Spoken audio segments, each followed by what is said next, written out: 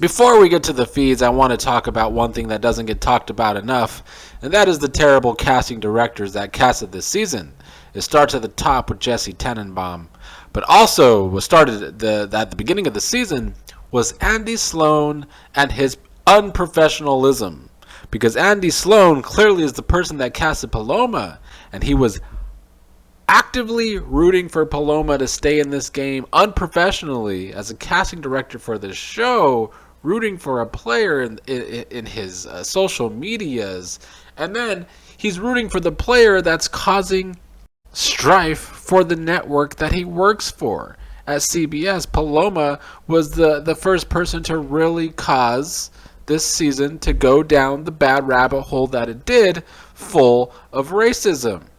And Andy Sloan is on social media being an unprofessional, rooting for her to stay in the game, and then she's either kicked out of the game or quits. We really don't know for sure, and we never will.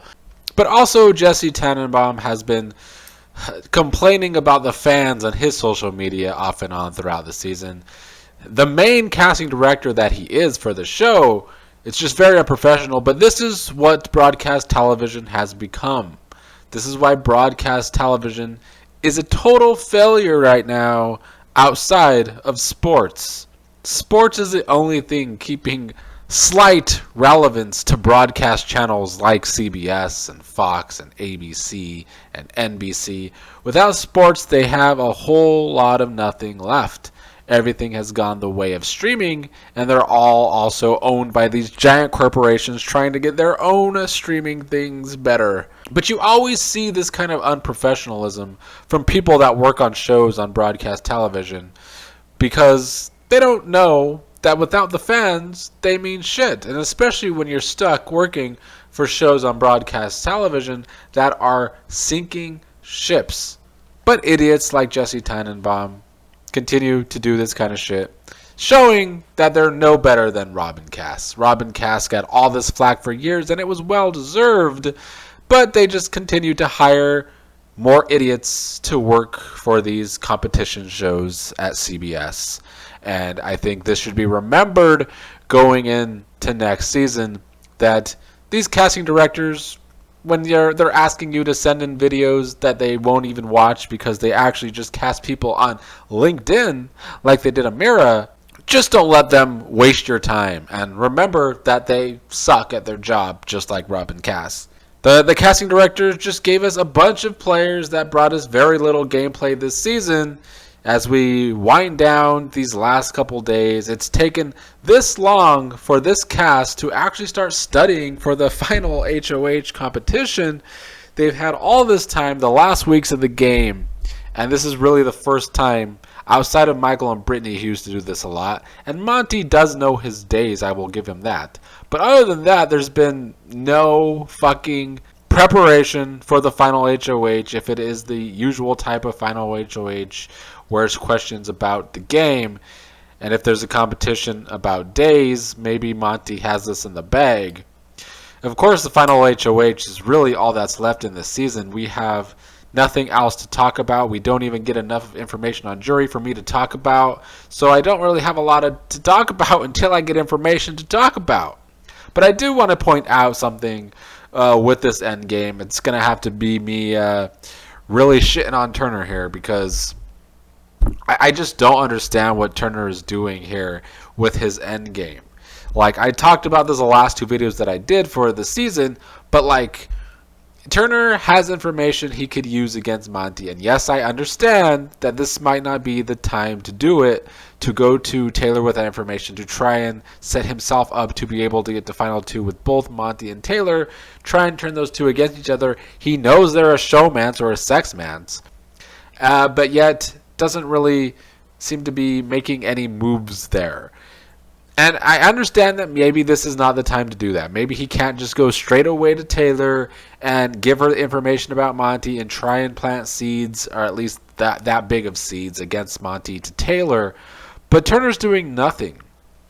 Turner can still be working on that relationship with Taylor if, and it's a big if, because I don't know if Turner will ever actually try to use this information to his advantage like he should, because he doesn't do any aggressive gameplay this entire season, like I've said.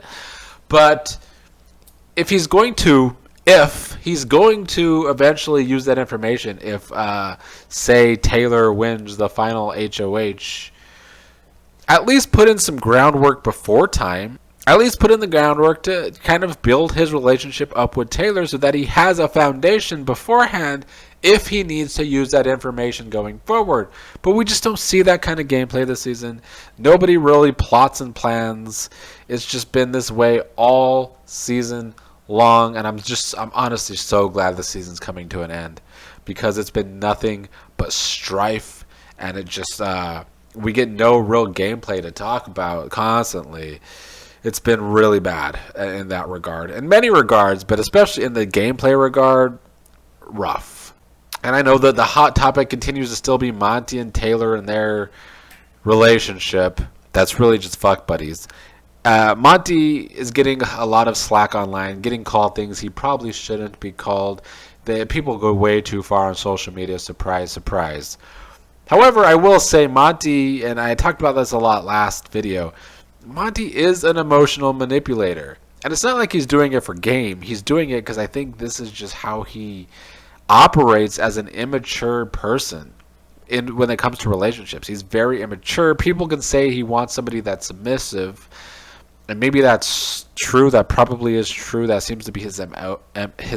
He wants a woman that's submissive, and yet, should he go find a woman like Brittany who is that 100%? We saw her in this game she totally submitted her game for Michael, and yet Brittany's a kind of mess that I don't think Monty would be able to deal with either. Monty's just immature, definitely an emotional manipulator, saying he wants all this distance from Taylor, but then continuing to go back to Taylor, spending all this time with her, and of course he wants to fuck her. He just plays games. It's just such an immaturity at his big age. We talked a lot of shit about Kyle at his big age of almost 30, where he only lasted 10 seconds in bed. And Kyle has no real experience with relationships, I don't think. We saw him and Alyssa being a mess. And Monty's pushing 30 himself, and he just doesn't know how to have a mature relationship. And I get that this is different. You're in a house 24/7, spending all this time together. It's different than a normal relationship 100%. But still, Monty, just so immature. He has some very negative problems when it comes to relationships. His views on relationships very skewed. And, Taylor's caught feelings, but Taylor also wants sex. She's wanted sex with Monty this past week. Their whole relationship is built on sex. That's why I don't consider it a relationship, and that's why I don't think it's going to last that long outside of the game. Taylor's mom has been talking like she's going to tell Taylor the truth about Monty, and a lot of us have speculated, Taylor's going to make her own decisions, but Big Brother mothers, we saw it on Big Brother Canada with Jed. Jed's mom made sure that his relationship with Beth lasted exactly 0 seconds outside of the game. She made sure it lasted 0 seconds as soon as the season ended. Taylor's mom could have that same influence. We shall see. But yeah, not a lot to talk about until I get more information to talk about. For now, it's just the same. Once again, people acting like Brittany's likable for a day. Like, just stop. Brittany will never be likable. Just because she's on Taylor's side and she's going to vote for Taylor. So, of course, Taylor stands, even though Brittany just voted out Taylor last week, acting like Brittany's suddenly likable. After one conversation of being likable, after about 1,276 conversations of her being unlikable this season. So glad the season's ending. It's been such a negative energy season. It just is a total energy suck of a season. And the thing is, CBS is going to go put the cookout out here, have a cookout reunion. Their PR is working overtime because, once again, one of their seasons was using black trauma as entertainment. Big Brother using black trauma as entertainment, but they're going to roll out the cookout to try and make you all forget about it in a clear Hollywood style, and the people will fall for it because it's so easy to do on television. But yeah, the season still deserves negative PR. It's still getting some negative PR because of the Monty and Taylor relationship, but they are doing all that they can to turn the PR around this season so that they don't have to make real changes to the show with production, because CBS never seems to want to go there, change out their production team, make the show better, stop having jokes as casting directors. But will anything really change for the show? Doubtful.